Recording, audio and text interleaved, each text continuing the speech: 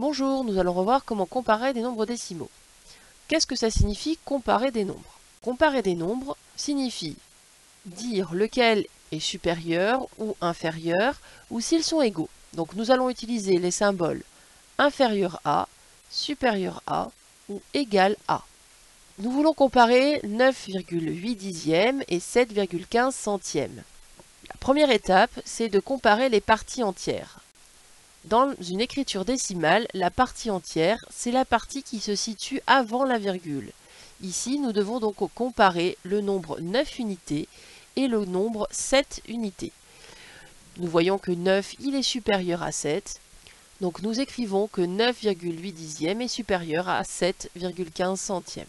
Passons à la comparaison suivante. La partie entière est 19 et la partie entière est 19. À partir du moment où les deux parties entières sont identiques, eh bien nous allons comparer maintenant la partie qui se situe après la virgule, c'est-à-dire les fractions de l'unité. Nous allons donc commencer par comparer les dixièmes, c'est-à-dire le premier chiffre après la virgule. Les chiffres des dixièmes sont égaux. Nous allons donc passer au centième. Le deuxième chiffre après la virgule. Nous avons 3 centièmes et 3 centièmes. Nous allons donc passer au troisième chiffre après la virgule. Nous allons pouvoir utiliser ces zéros amovibles, c'est-à-dire ces zéros qui ne s'écrivent pas parce qu'ils sont à la fin de notre partie décimale ou avant notre partie entière. Donc, le fait qu'il n'y ait pas de chiffre après les 3 centièmes signifie qu'en fait, il y a 0 millième.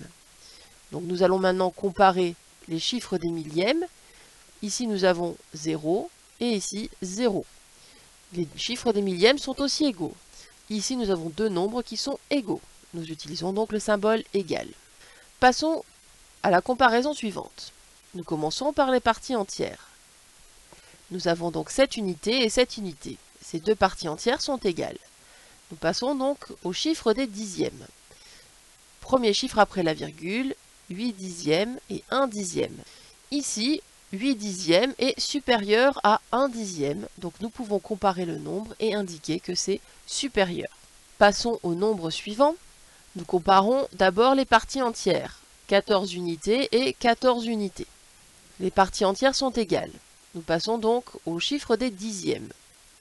Le premier chiffre après la virgule, nous avons 0 dixième et 3 dixièmes. 0 dixième est inférieur à 3 dixièmes, donc 14,68 millième est inférieur à 14,3 dixièmes. Nombre suivant. Les parties entières sont de 6 unités pour les deux, donc elles sont égales. Nous passons donc au chiffre des dixièmes.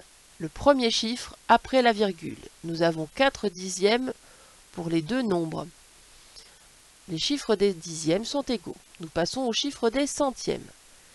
Ici, nous avons 5 centièmes et là 5 centièmes. Les chiffres des centièmes sont égaux. Nous passons au chiffre des millièmes.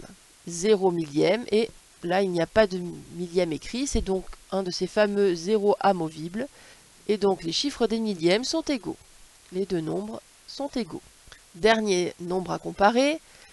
Nous comparons les parties entières, 6 unités, 6 unités. Elles sont égales, donc nous passons au chiffre des dixièmes. 4 dixièmes et 4 dixièmes. Ils sont donc égaux. Nous passons au chiffre des centièmes. 0 centième, 5 centièmes. 0 centième, il est inférieur à 5 centièmes. Cela signifie que 6,405 millième est inférieur à 6,45 centièmes. Merci d'avoir écouté.